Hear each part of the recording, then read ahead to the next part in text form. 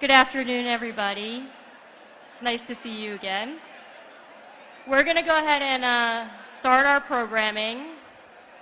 So if I could ask you to continue eating lunch, but perhaps turn your attention this way. Hi, Minnesota. How you doing?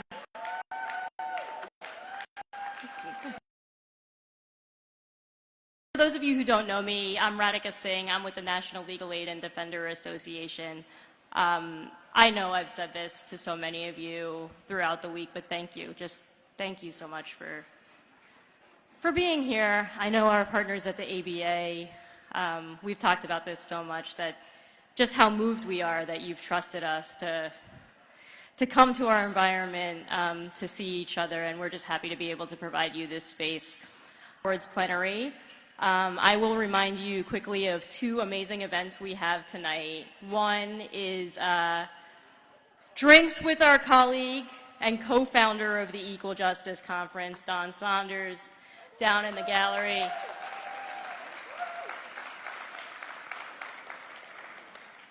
And the other is an incredible film screening, and we're going to give you a little peek into that in a moment. Before I do that, I would like to just ask everybody to please silence your phones while we're going through this plenary. We really want to give our awardees the attention that they deserve. So I think we'll go ahead and play the trailer.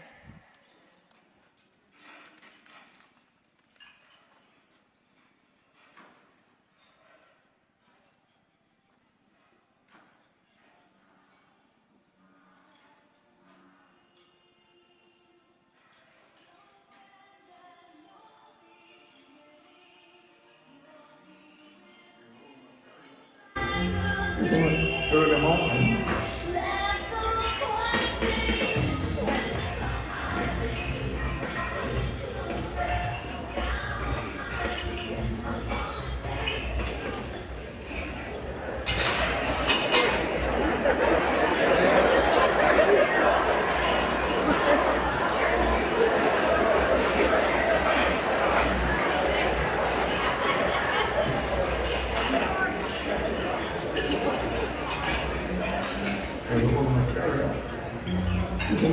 Early morning.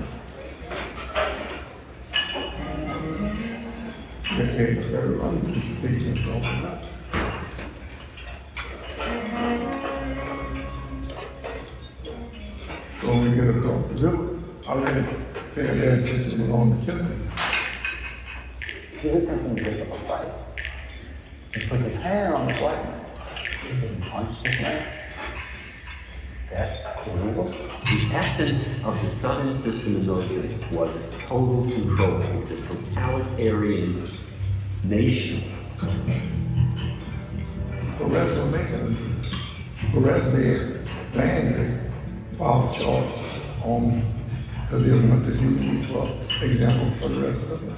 It's been said out here that you have that he's working his mind, his blood talk, he's honest about his bigotry. I'm not a bigot at all. Anytime white people will decide that what you're doing is improper, you can be arrested. Perez went to jail on an alligator-infested island in the middle of the Mississippi River. Being arrested was one thing, but I didn't want to spend the night on that island. I was working with the law firm Collins Douglas and Eli, which is the most important firm in civil rights law in Louisiana. Gary Duncan versus Louisiana. Mr. Sobo. He didn't have no license to practice law in the state of Louisiana. Suddenly, the forces of civil rights had allies. Each time we lost a round of the case, Duncan was rearrested, put in prison overnight. It was all fixed. How do you prove that this system is racist at its very core?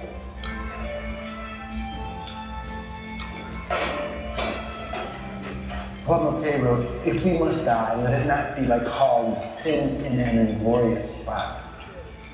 In other words, we're going to fight like men.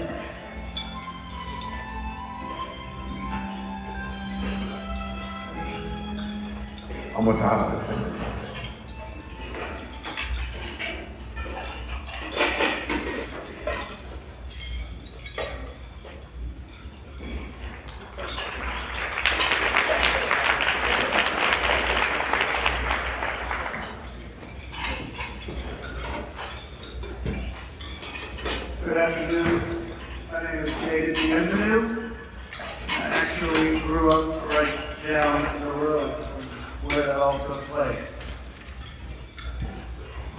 chair of the ABA Standing Committee on Pro Bono and Public Service and co-chair of this conference.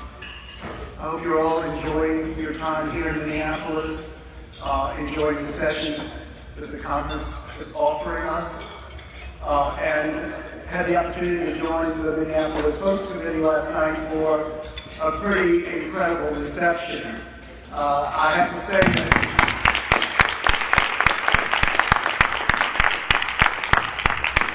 our conference is in Dallas next year, and your task is ahead of you to match last night's event.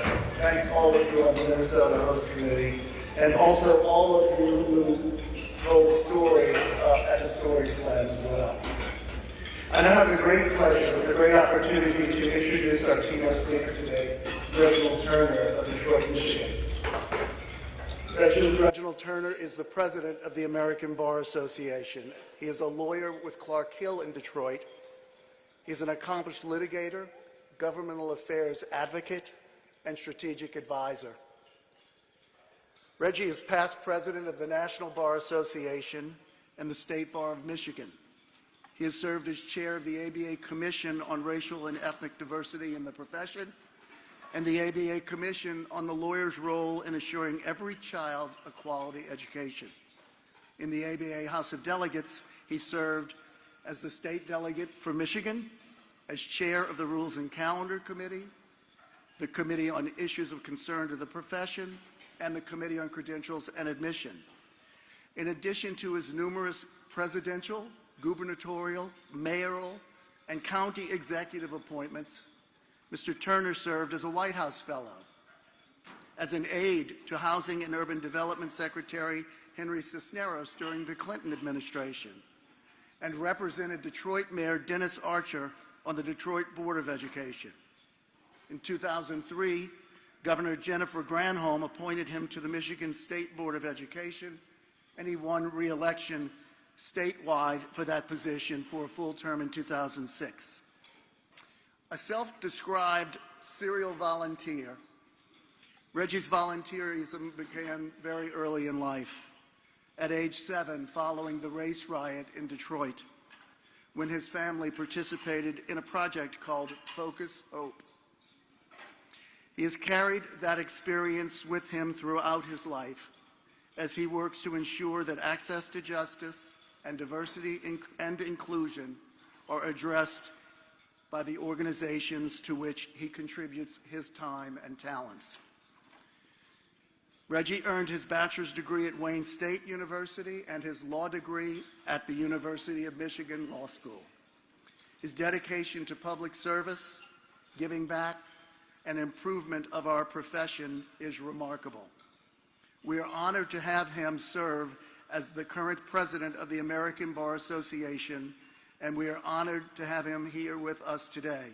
Please join me in welcoming Reggie Turner.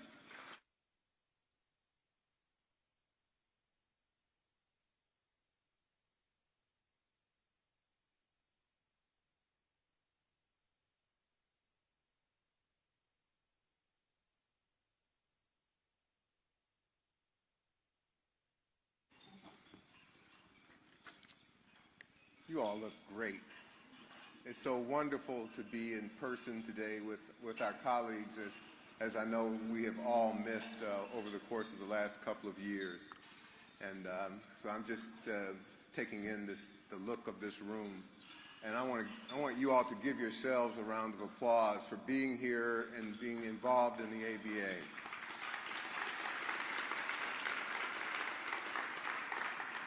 And of course, I have to return the favor for David. He is a wonderful leader in this association. As chair of the ABA Standing Committee on Pro Bono and Public Service, David Bienvenu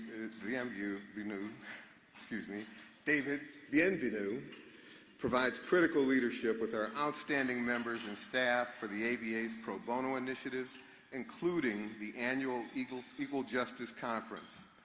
David will soon complete his 3-year tenure as chair, so please join me in thanking him for his valuable service.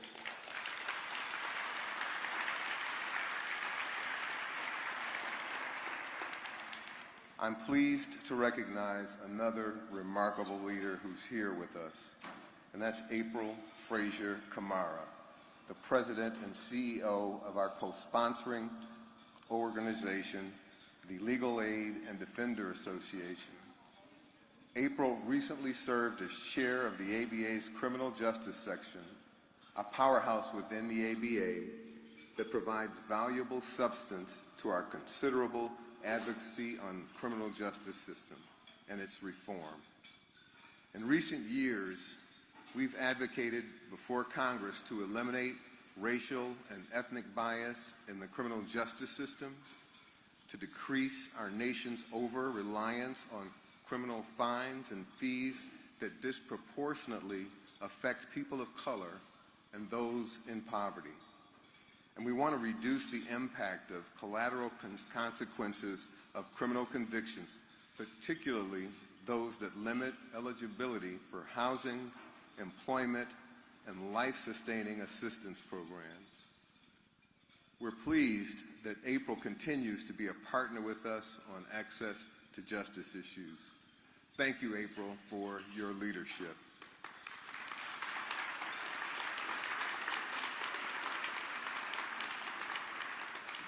I mentioned David and April by name, but all of you are invaluable to access to justice issues.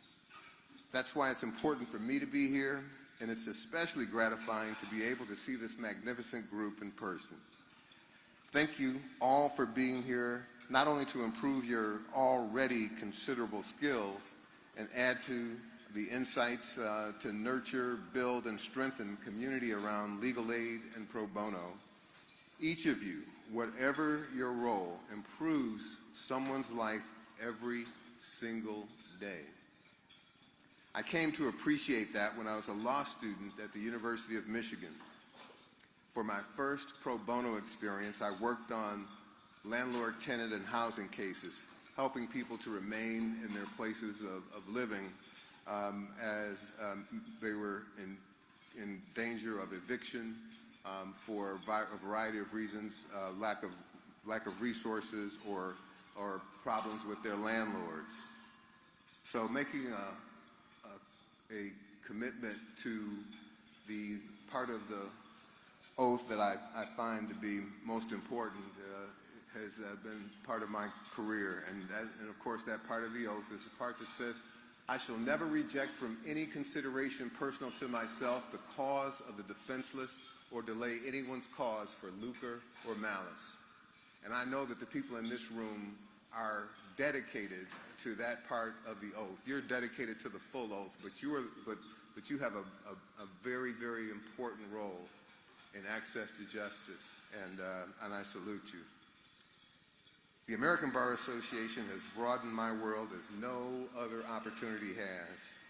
The ABA is the largest organization of lawyers, judges, and legal professionals in the world. And our members lead in numerous areas that are critical to equal justice under law and the strength of the legal profession. We promote the highest standards of ethical conduct and professional excellence. We advocate for equal justice under law and the principles of an independent legal profession and judiciary that are core to the democratic rule of law.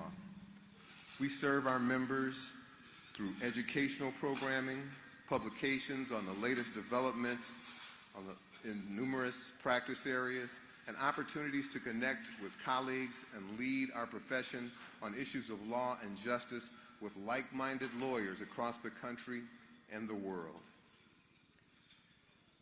We provide opportunities for service through initiatives like the National Celebration of Pro Bono, the online pro bono platform, Free Legal Answers, and Law Day, our annual celebration of civics education and the critical importance of the rule of law to free societies. Our House of Delegates, with more than 600 representatives of state and major metropolitan bar associations and other legal organizations, develops detailed reports and resolutions for the ABA on a range of topics that intersect with law and policy involving criminal and civil justice, healthcare, housing, immigration and asylum, international law, human and civil rights, and many other issues. Our members want and need institutions like the ABA to exercise leadership for justice and the rule of law. This includes our education and advocacy on public policy issues that involve not only the administration of justice, but are essential to our basic rights and freedoms under law. The ABA is a leading advocate in Washington for educational loan forgiveness for lawyers and others who work in public interest positions. We are the nation's leading champion for legal aid funding, having been involved in the creation of Legal Services Corporation in the 1970s. My favorite advocate for legal aid funding is none other than my alma mater's football coach, Michigan's Jim Harbaugh. Many of you know that Jim Harbaugh generously donates his time as a champion of the Legal Services Corporation. He emphasizes that equal access to justice is something that should be important not just to lawyers, but to all Americans. He uses a metaphor from football he knows best. You don't always treat everyone exactly the same, but you want to be fair to everybody on the team, he says. Folks like Coach Harbaugh understand the value of legal aid and pro bono to help the vulnerable. He also understands the value of being a team player. And here's my challenge to each of you. The ABA needs more team players. We need the support and participation of all lawyers so that we can benefit from diverse perspectives, continue to provide services like the Equal Justice Conference, and so much more, and demonstrate that we are united in our national voice for the legal profession. So, if you are an ABA member, I thank you for your support and urge you to continue your involvement. If you're not an ABA member, please visit ambar.org and become a member. For those of you who are already members, I ask that you recruit just one new member to the ABA using the website ambar.org/each1ABA. That's ambar.org/each1ABA.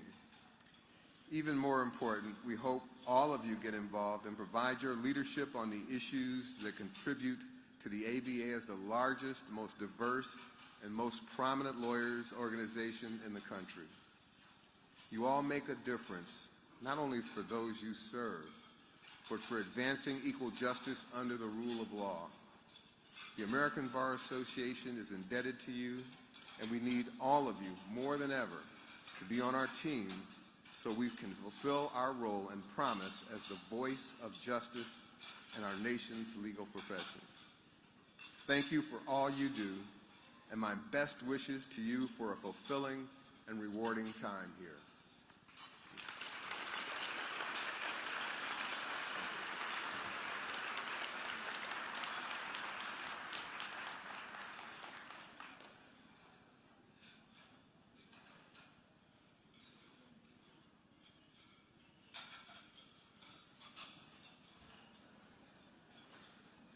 Well, I'm back, this time without the soundtrack, though. And it is now my privilege to introduce NLADA's President and CEO, April Frazier Kamara. Many of you know that April took the helm of NLADA last November, and if you had the chance to speak with her at all, then you know that her passion and drive for true justice not only informs everything she does, but shines through everything she does. In her first weeks as president and CEO, April launched NLADA's new racial equity initiative. She also began holding listening sessions with NLADA's community, placing the voices of community advocates with lived experience at the center of conversations and efforts to help you build authentic community partnerships. April's commitment to social justice might only be rivaled by her commitment to ensuring that that social justice extends to the clients and communities that you serve. and ensuring that those communities are centered in the advocacy and legal services that you provide. As you know well in this room, for the people you serve, there's no difference between the criminal and legal and civil legal systems.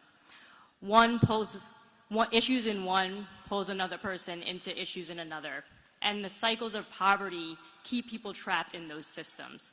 So we have this push-pull where someone has lost their housing and they are homeless, and homelessness is criminalized, and they're pulled into the criminal legal system, and they incur fines and fees so they can never get out of that system. April's perspective is so important right now. Her experience with that intersection, her commitment to ending that cycle is exactly what we need right now. So it's our good fortune at NLADA to have April as our leader, and it's my privilege to introduce her right now.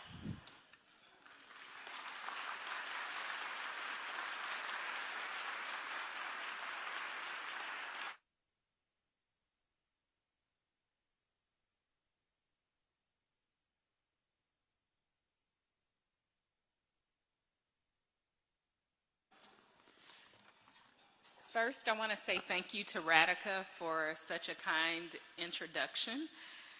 Before I begin, I want to acknowledge the conference co-chairs, David Bienvenu and Marilyn Harp, the host committee, the sponsors, our keynote speakers from yesterday. Can we give them another round of applause?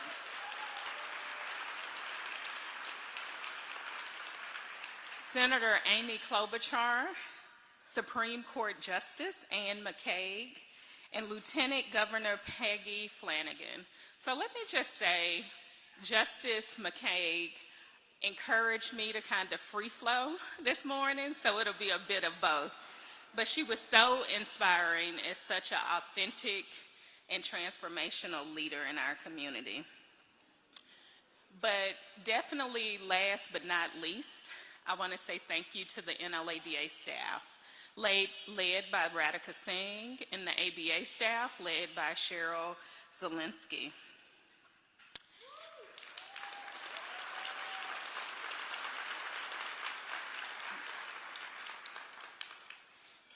And I also want to give a really huge shout out to ABA President Reggie Turner. Thank you. I want to personally say to you as a young attorney of color, when I first came into the doors of the American Bar Association, how important it was to see leaders like you at the ABA. It made me understand how I could be impactful beyond just my day-to-day work, but how I could impact our profession. So I want to say on today, representation matters, and I want to personally thank you for your leadership within the American Bar Association.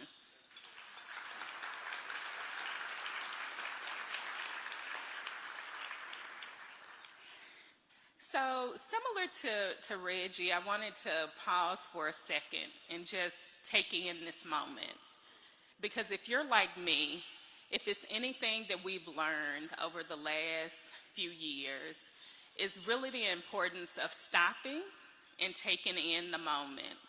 So do me a favor, turn to your right, turn to your left, and just fully appreciate how amazing it is to be back in community with each other.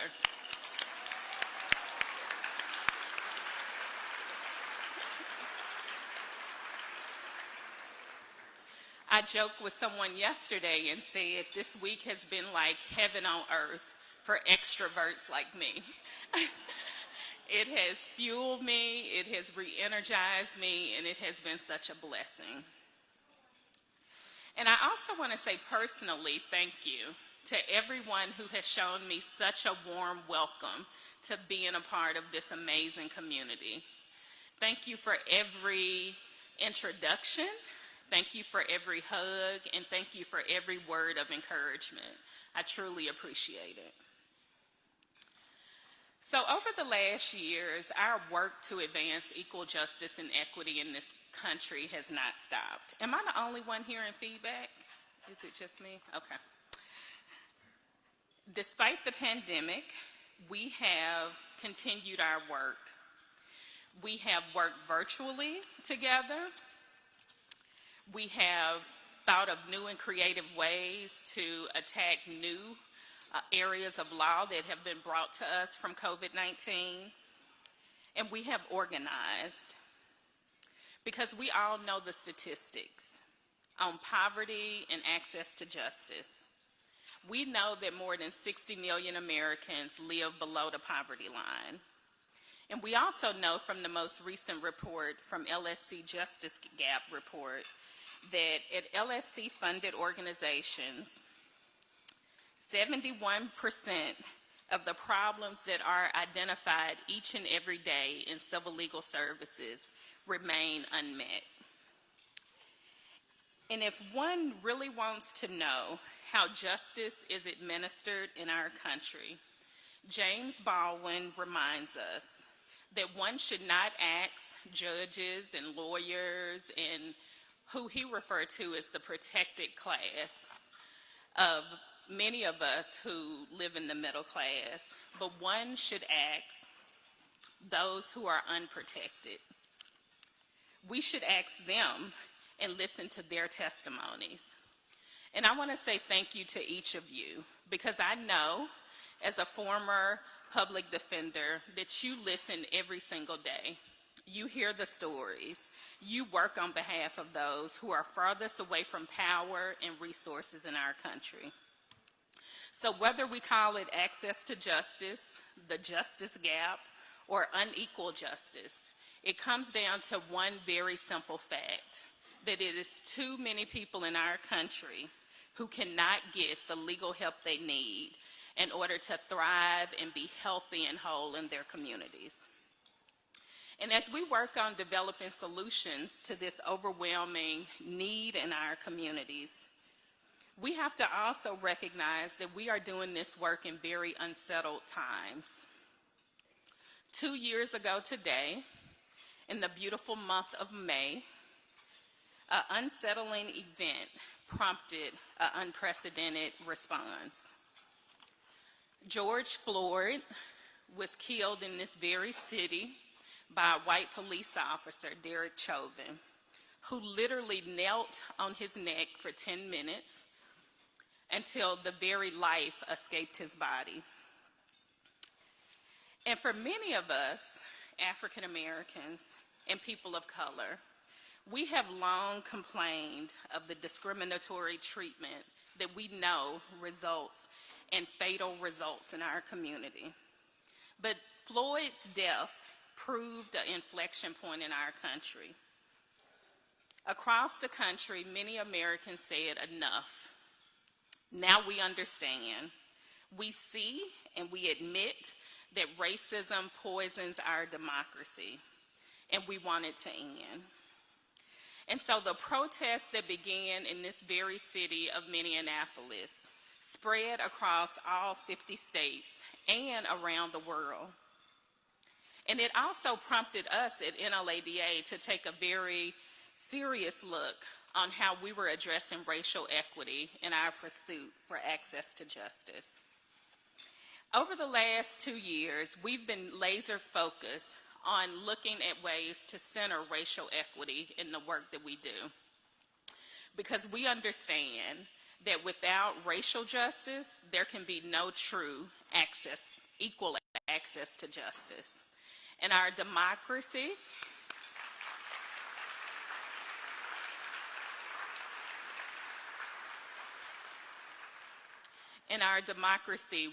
will remain hobbled until we address the very deep issues of racial inequities in our country. So we've been building on the momentum that sparked right here in Minneapolis around advancing racial equity in America.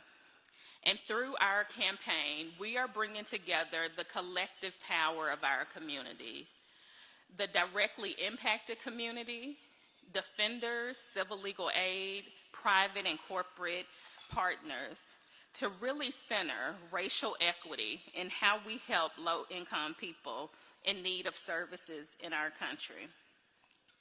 I stand here proud because there is no other national legal organization like NLADA that touches every access point of poverty. There's also no other national organization that actually brings together the collective power of all of these communities. And we know that the collective approach brings more justice and more equity to our communities. And so our collaboration, much of what you have been working on over the last few days and hearing about new exciting ways to partner and work across the aisle between the private sector and private law firms in our equal justice community, it's needed now more than ever before. And so on today, we're really grateful to have our corporate leadership, the CAC Chair, Jim Chosey, the Executive Vice President, General Counsel of U.S. Bank, that's headquartered here in Minneapolis.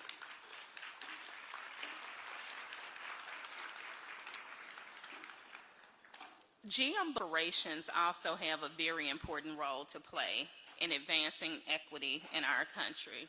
And I'm so excited to work alongside him because he is also a leader in diversity, equity, and inclusion.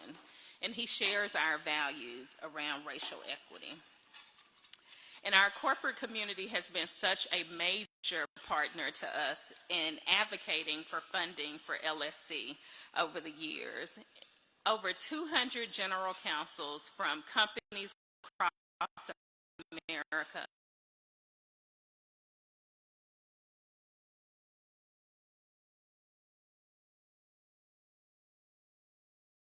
do exactly the same. So thank you to our corporate.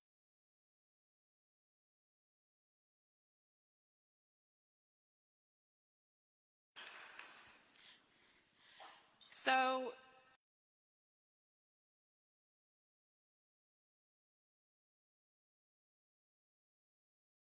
to collaborate around advancing equity and the best of times and also the worst of times in America.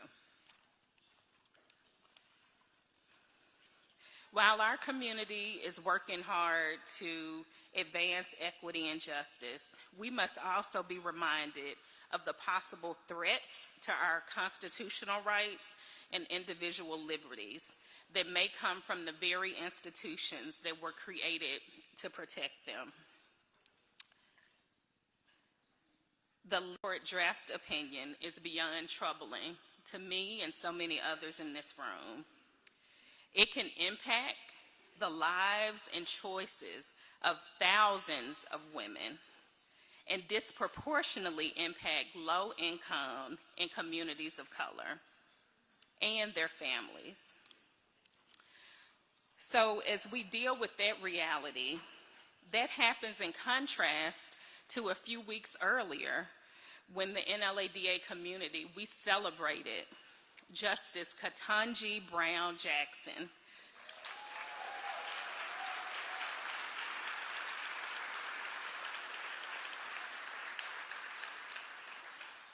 The first African-American woman to be appointed to the U.S. Supreme Court.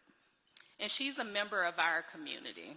She's a former public defender, but also a dedicated pro bono attorney who shares our values. And so for Black women attorneys like me, her confirmation affirmed the fact that we can bring our very full selves with various lived experiences to our work and still be deemed qualified to serve on the highest court in the land.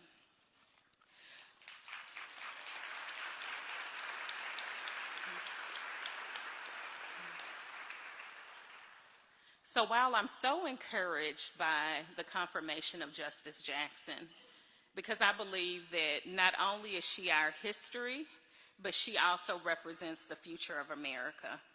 Her presence and her experience is such a tremendous value to this country.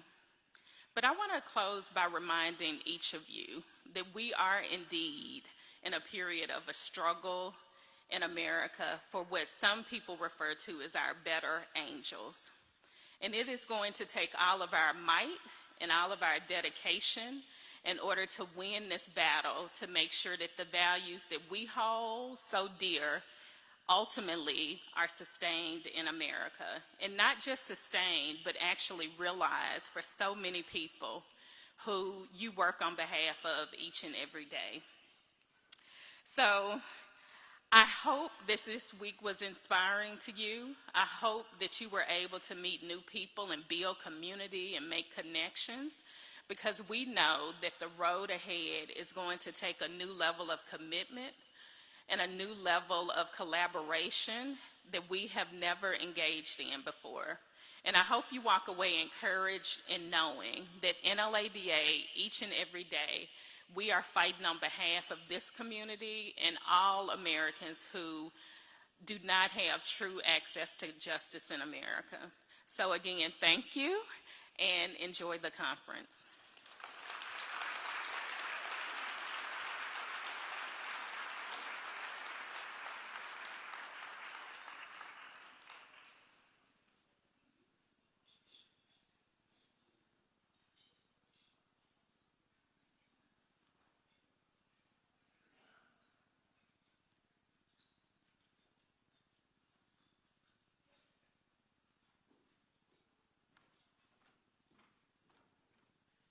Can we get another round of applause for our two wonderful leaders that we just heard from? Thank you so much.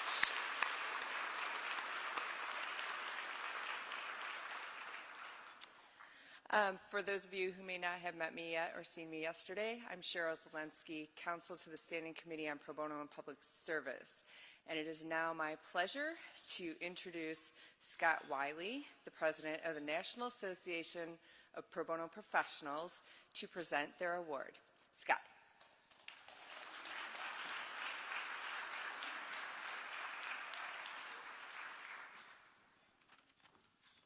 Good afternoon. It's so nice to see everybody. It's wonderful to be here, isn't it? I bring you greetings from my hometown of Evansville, Indiana, which is a wonderful place to visit if you've been in Alabama for a few years. Take a look at that for a while. I'm here to present the Tanya Neiman Award for the Pro Bono Professional of the Year, and I want to thank the ABA and the NLADA, of which I am members of both, proudly, for allowing us this opportunity. Yes, there you go. I did my membership pitch. Everyone should become a member.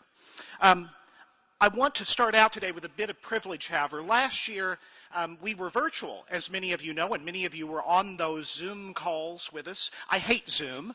I'm so glad to know that you have legs and arms and other things than the Brady Bunch pictures, but we gave an award last year that not nearly enough people got to appreciate, and that is we gave last year's Tanya Neiman Award to Sheryl Zielinski, and I'd like to give her a round of applause and thank her for her service to our community.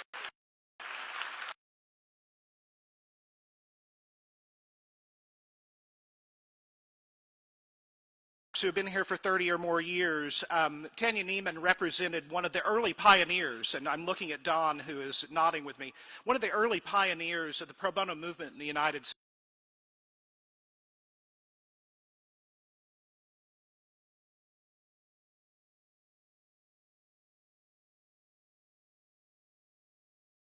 Their immigration or other statuses. And she made sure that she pushed all of us to better pro bono design so that we could spread the resources of the private bar absolutely as far as we possibly can. Since her passing, the National Association of Pro Bono Professionals has tried to recognize those distinguished characteristics by awarding different individuals within our community with an award named after her.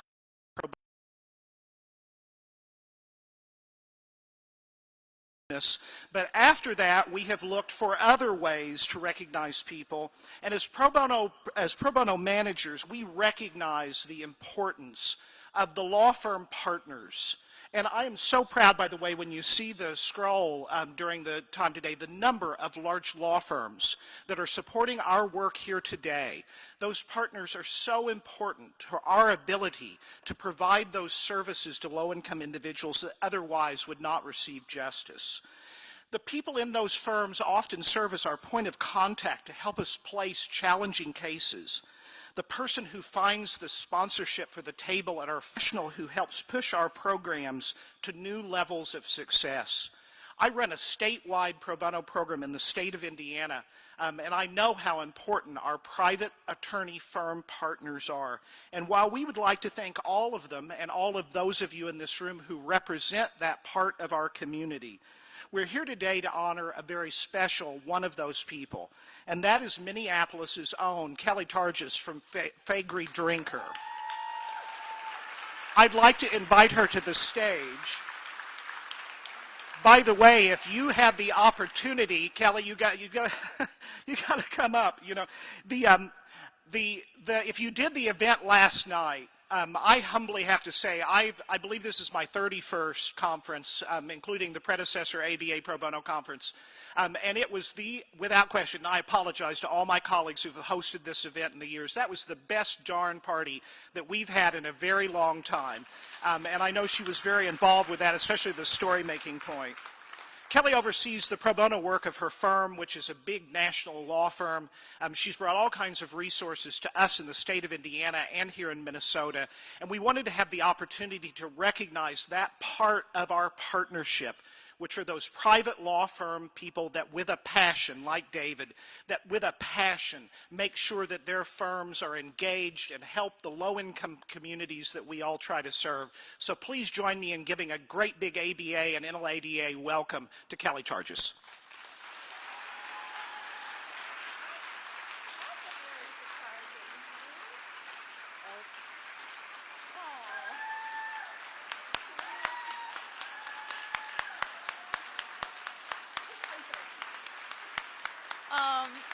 I'll just say thank you. This is very surprising. I had no idea. And that's not something that we get that often in a positive way these last couple of years, of just a genuinely surprising, super fun thing. So thank you, Scott, and all your NABPRO professionals for honoring the work of our work and the work of all of my colleagues in these roles. Thank you.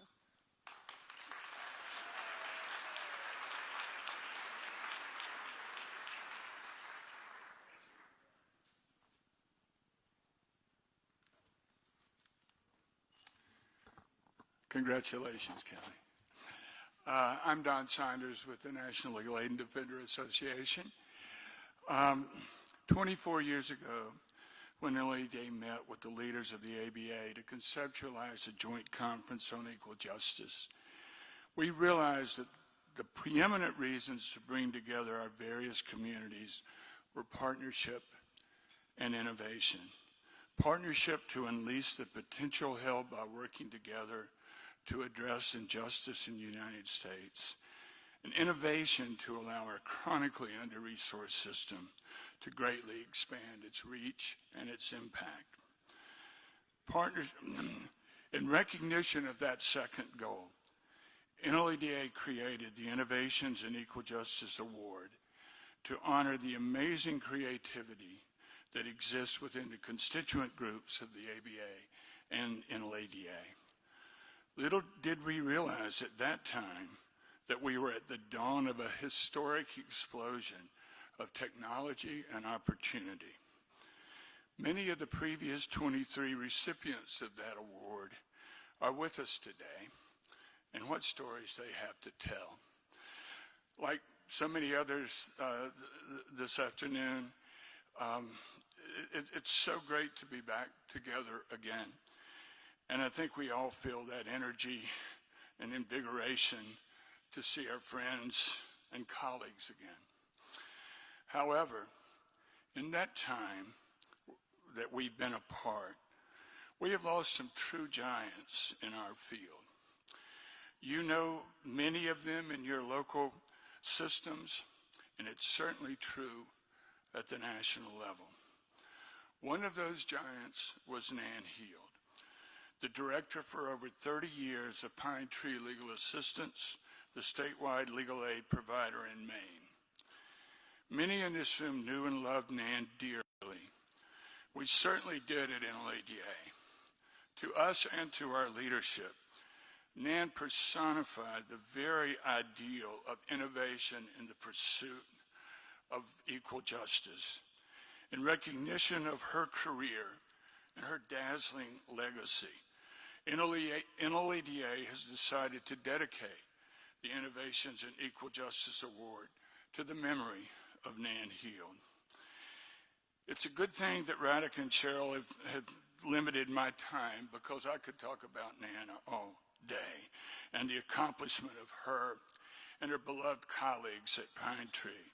So many of them taught and motivated by her example.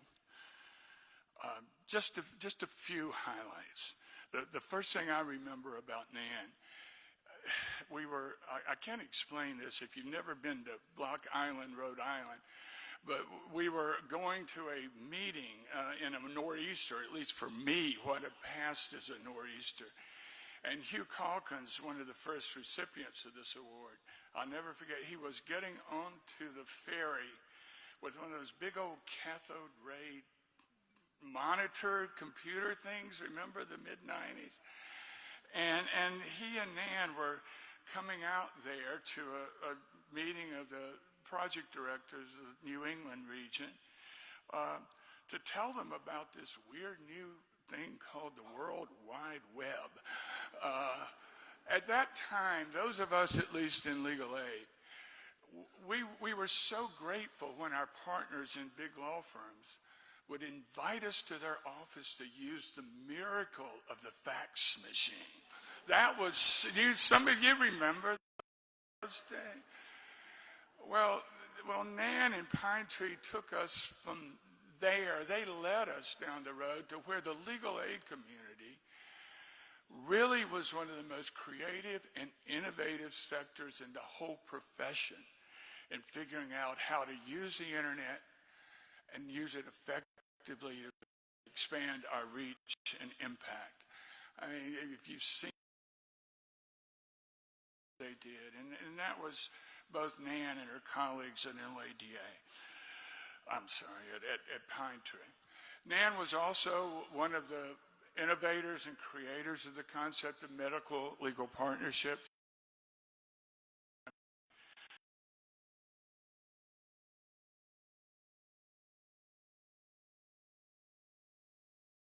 Work of advocacy that you all do.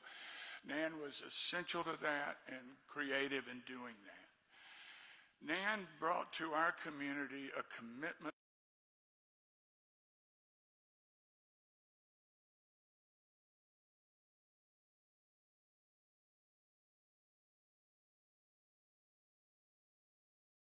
Nan and Pine Tree were really the cornerstone of creating that with help from LSC and others.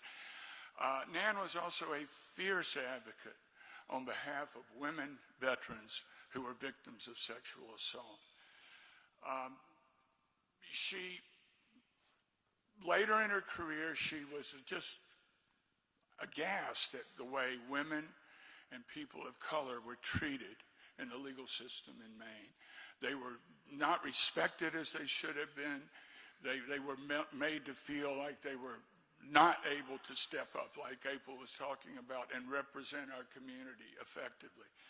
Well, Nan brought that to some very hard judiciary in Maine, with the legislature in Maine, and she also took that conversation to the national level, where we are now appropriately focusing on the way and people of color are treated in our justice system. Those are just some of the highlights of the innovation and creativity of Nan. She was a friend and she was a mentor to many of you here today, both in Maine and nationally. She certainly was to me. I know many of you never knew Nan, but I've been strangely moved this week seeing Nan's wonderful smile in the face of young creative advocates who are here at this conference and upon whose legacy, Nan's legacy, they will build. It's a smile and a legacy few in our community will ever forget. And we hope this award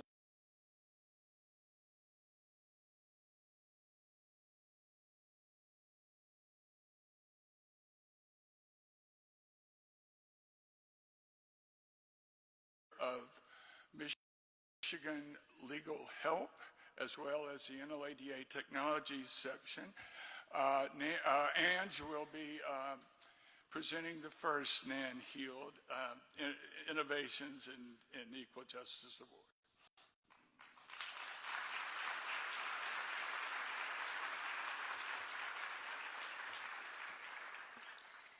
Thank you, Don. It's with great pleasure and excitement that I'm presenting Law Help MN and Jay Singleton with this year's Nan Healed Innovations in Technology Award. What an honor it is to be able to recognize Jay and her team in their home state and in front of nearly 100 of their colleagues. Legal Services State Support is responsible for both the Law Help MN and Loon websites, as well as advocate community through system-wide support. These are three roles that are critical to providing robust self-help services to people handling their own legal problems in Minnesota, as well as providing support and coordination to the advocacy organizations who advise and represent low-income Minnesotans. Law Help MN is a centralized statewide portal that connects users with legal information and referrals related to civil legal issues. Over 600,000 Minnesotans access this website every year, resulting in 1.4 million page views of the practical and plain language legal information contained there, which covers 12 broad categories of legal topics like family law, work, disability, housing, and others. Visitors to Law Help MN can read legal information, draft pleadings, and get quality referrals to legal services and other types of help. They can also chat with Law Help MN staff and volunteers or ask questions of state law librarians. The Loon site is a password-protected part of Law Help MN that contains information about legal aid providers' case acceptance guidelines and eligibility criteria. Organizations can update their own information as well as look at the criteria for other legal aid programs to make sure that when they give a referral to a client they can't help, that it's a good one. Loon currently lists 255 legal services and clinics offered by 45 different organizations. And I want to stop here and recognize the effort that went into that. 45 organizations. That's an incredible amount of coordination and coalition building, in addition to a lot of innovation. The Guide to Legal Help bridges these two resources by helping web visitors find the appropriate self-help resources and the referrals that they need by coordinating by helping them find what they need by identifying their legal issue, engaging their eligibility for legal aid. Visitors are then delivered relevant self-help resources along with a list of legal services that are a match. Thanks again to the Loon database and the innovation connecting those together. All of these resources were carefully and thoughtfully developed and designed with usability and accessibility at top of mind, and they stand out as a model to others around the country. It took many years to get to this point, and Jay Singleton has been leading these efforts since 2014, first as legal technology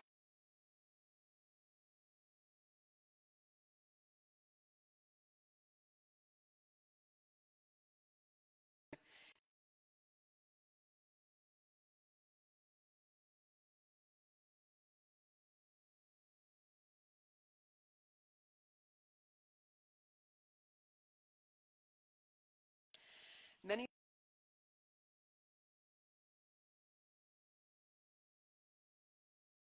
for insight and guidance on how to model our own tools. She's also a leader within Minnesota.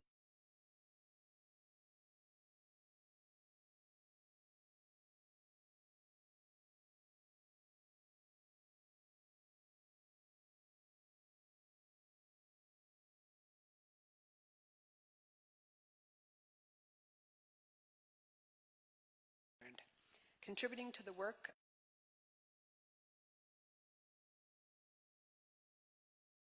increase access to justice and work toward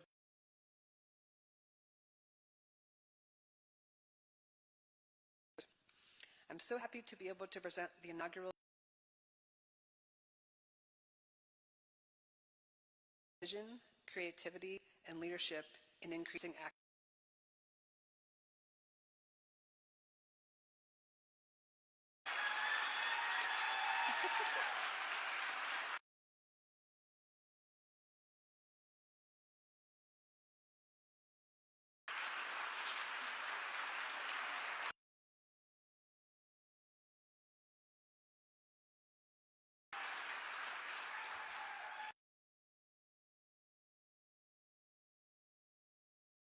This is so much more intimidating being on this side. But yeah, I just wanted to say thank you so much for this award. It's a real honor, especially hearing about the work of Nan Heald and all of the great work that's come before Law Help. I also wanted to thank the staff at my office, Legal Services, State Support, both past and present, with Law Help and with all the other projects that we work on. I don't know if she's here, but I wanted to provide a big shout out to Mary Kachorik. She was previously at State Support, and she really had the vision for how Law Help could evolve to serve both Minnesotans and our community of justice system partners. One of the things that I'm most proud of with Law Help, and you've heard this from other speakers, is that it's a real collaborative effort with other people. Our legal aid partners, which we have a great table I see right there, they provide us with not only just like legal expertise so that we can make sure that our content is good, but they also have been just so great at providing us with the feedback that we need to make sure that our systems, including our technology systems, continue to evolve to meet the need as much as we can. In addition, we've had just really great support from so many partners, including our state court system, LSC, Pew, the private bar, partners like our state and county law libraries. And I also want to acknowledge the broader legal aid tech community that has always been there to offer us advice and allow us to build off of the successes that they've had. And I just hope that we're able to do the same for others. And then finally, I just wanted to say that having a great legal portal isn't going to solve all of the systemic issues that the folks that we serve are facing. But I'm just so grateful. We have such amazing partners who are able to work with us and engage with us some greater steps toward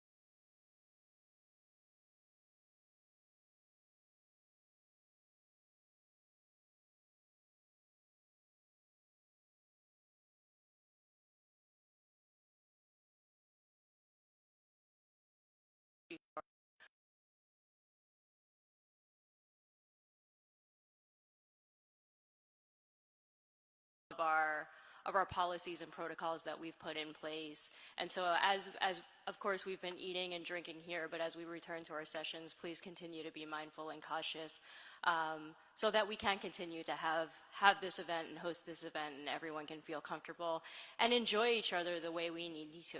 So thanks again. We will see you later.